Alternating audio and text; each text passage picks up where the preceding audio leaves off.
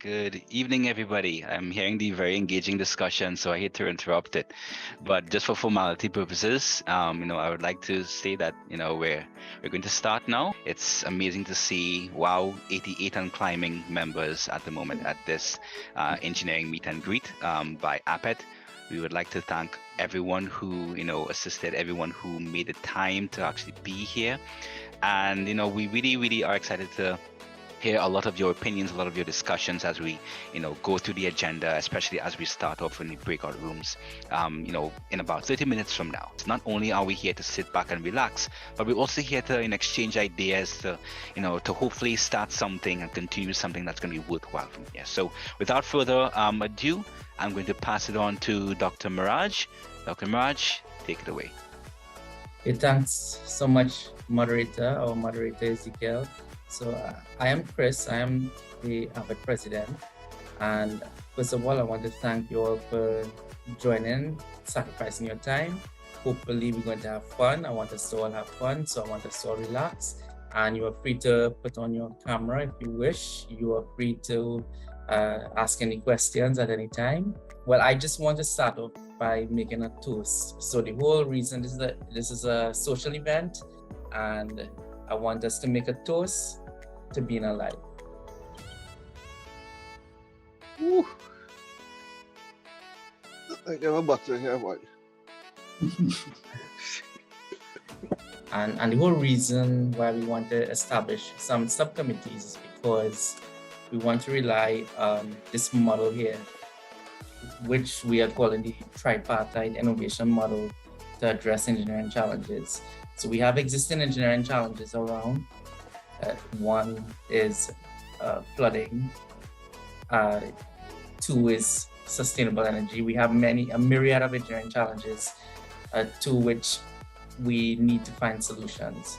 And to get these solutions, all the research has said that we need to get collaboration between or amongst the government, industry, and academic stakeholders. We need to get these three of them working together.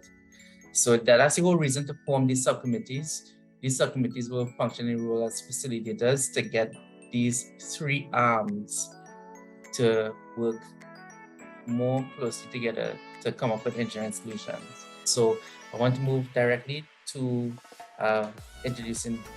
bringing Hayden on, but before I do that, make a toast again to good health. All right, good evening, fellow engineers. I hope you can hear me clearly. Thanks for the opportunity to the APETT Executive Council. So I'm sharing a bit of my personal experience in APETT. I actually started to get involved in APETT back in 2012 about APETT. And the question I had asked was, is APETT a relevant organization? And what can we do as engineers to enhance this? I will end with a toast to the current APETT Executive Council, who I think is off to a good start with several initiatives, and really to you, the participants today, and hope you do get involved. This is your association, so thank you all very much. Cheers. From this, as is the current immediate past president of the association. So let me hand over to Engineer Banks. Good afternoon all, and welcome to APETT Meet and Greet. I will try to accomplish this in 300 seconds. Straight off, why are we here? We are members of APETT. We were previously members of APETT, and we wish you to return. And we would like to attract and retain you as members of APETT. You can start, as the steps indicated, being a student, pursuing a course of study leading to an academic qualification as a BSc maybe. So, hope I made it in the 5 minutes. So as we indicated, I'm supposed to make a toast here. So I will just pour the beverage, right? Welcome to APETT function. I may say, please do not the council for anyone to be under DUI after this function, right? For me to defend any engineer. So with this, I say thank you. Please join me in welcoming Dr. Trevor Thompson. Thanks, Jai. Oh my goodness. Folks, this is too formal. And that was just a snapshot, yeah, but when you reach Trevor. my age, that's the problem, you know. Folks, I just want to talk a little bit about membership on the exec council, as well as membership on the divisional council, and I'll tell you why. This is my second stint as a member of the exec council, and I had been involved as a floor member, and then I came back as a vice president for a few years, and now I'm president-elect. It is my pleasure to welcome our next speaker, who is the president of NIHUS, Engineer Marlene Lord Lewis, to present you. So, Madam, take it away. Thank you very much, Trevor and Ezekiel. And thanks to the APETT team led by Chris for the invitation to present to this very highly esteemed body. But I have to say before I start, I like, Chris, your statement that engineers can have fun. It's something that we need to shout out to the public in society, that engineers can have fun.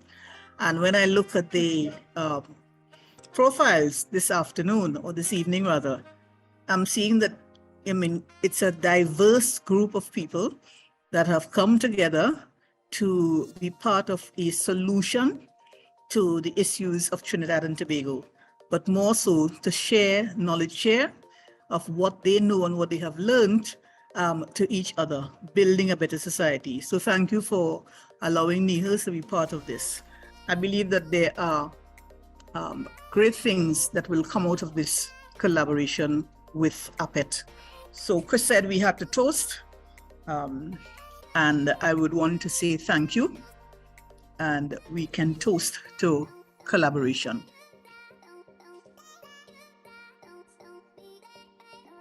So while Ezekiel prepares for the breakout room, the whole intent of going into these breakout rooms, civil, electrical, mechanical, chemical, and Tobago, is that we could establish some subcommittees to address the top 2 or 3 main engineering issues or challenges in the country. So my topic is basically improving engineering education, right? So it's a very broad topic, and the good thing is that we actually have lecturers from universities in this group, right? So after university, when you actually reach into the working world and in the various industries, and there seemed to be a disconnect where some students felt as if the knowledge transfer didn't prepare them at a higher percentage for the working world out there, right? So I just put that out there, right? Now there are many angles we could look at it, but tonight is ready to bring up some discussion. And that's a relevant concern. That transfer that is required, that jump from when you graduate to any workplace, it's a big transition. Bringing them out into the world of work to get the kind of critical thinking that is needed out on these projects, out on these job sites to complete these works. It is you as an individual, because if you went to UDT and you feel you're lacking something, there's lifelong learning, continuous improvement. You can take up that and continue pursuing. A lot of hands up. Does that mean you have questions, or you are volunteering to be a part of this subcommittee? So Shalini, I just wanted to add here. So Chris, I'm sure you're probably aware that within Mechanical we have actually started an initiative around the mentorship. We actually started a pilot, and Dexter could talk a lot more about that. So mentorship is one of the means. Stanley raised a number of other issues or other solutions around which you could look at knowledge transfer. He talked about the collaboration, community service, and the challenge here really is, it's both at entry to the profession and when engineers with a vast knowledge leave the industry? And what do you do, and how do you harness that knowledge to keep it within the profession? Dexter, you wanted to say something? Good evening, all. Havish, well, I know you would have brought it up eventually, while we sat and listened and, to hear all of this on mentorship. So, as Havish had mentioned, Mechanical Division started a pilot last November, and that project, that mentorship is still on the way. We started with 4. We then had a collaboration with Society of Petroleum Engineers, and then we merged, and we actually continuing. We actually have some of the members on that program actually attending on this session here this evening. I am. Let's done if I may, Dylan. You're very correct too, because I myself have had clients where they at the point right now where you do a condition assessment on whether they're HVAC system. Actually, I've had a client with an HVAC and a fire system, and both of them at the point where you have to say, listen, you need a new pump, you can't work with it anymore, you can't keep fixing, they just keep trying to band-aid on a bullet hole, And you have to say, well, listen, it's about time you take the whole thing out and you put in a new one, because it's your entire building at risk if you don't have a proper fire system working, Yeah. Oh, and Dylan, I will tell you, Lester knows Andrea Escalante well. No, I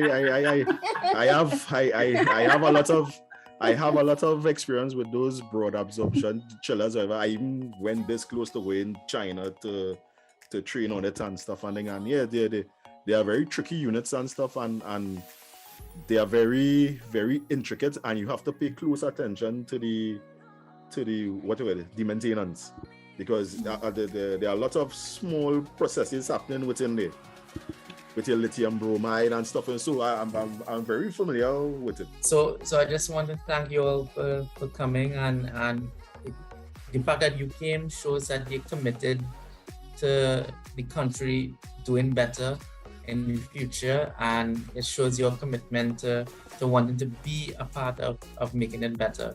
So again, thanks to everyone, and I think we had a successful event, and I wish you all the best, and hopefully we'll have something like this soon again, a Zoom and face-to-face to come.